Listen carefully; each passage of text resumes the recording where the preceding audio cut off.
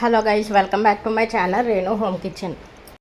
Hello అండి, ఈరోజు అయితే నేను క్యాబేజీ ఎగ్ బజ్జీ కూర చేయాలనుకుంటున్నానండి.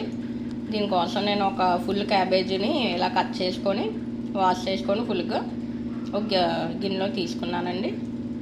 ఇప్పుడైతే నెక్స్ట్ ప్రాసెస్ స్టార్ట్ చేద్దాం. ఇప్పుడైతే స్టవ్ మీద ప్యాన్ పెట్టుకొని స్టవ్ ఆన్ చేసుకోండి. ఇప్పుడు ఇందులోకి ఆయిల్ వేసుకున్నాను. నేను 2 స్పూన్స్ వరకు ఆయిల్ వేసాను. ఇందులోకి 1 స్పూను జీలకర్ర వేసుకోండి. ఆవాలు 1/2 స్పూన్ వేసుకోండి. ఇప్పుడు దీన్ని ఒకసారి గరిటెతో కలుపుకోండి.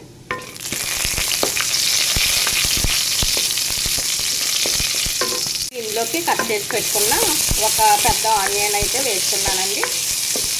చిన్నవైతే 2 వేసుకోండి, పెద్దదైతే 1 వేసుకోండి. ఈ ఆనియన్స్ అనేవి కాస్త కలర్ చేంజ్ అయ్యే వరకు ఫ్రై చేసుకోవాలి.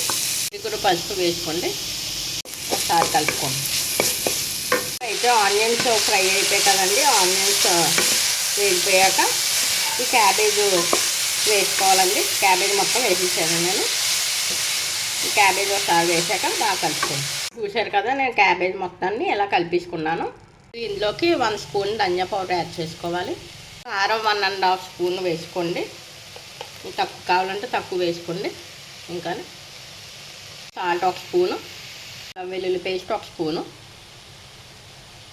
ఇవన్నీ వేసుకున్నాక ఒకసారి మళ్ళీ బాగా కలుపుకోవాలి.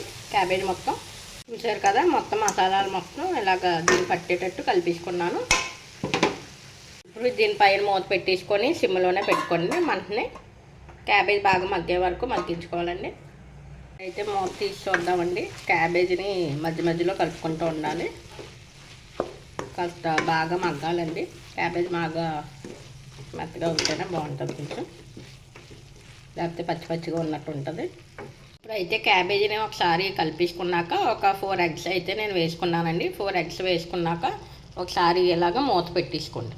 మూత పెట్టేసి ఒక 2 మినిట్స్ వరకు అలాగ ఉంచండి. తర్వాత మూత తీసాక మనం కలుపుకోవాలి.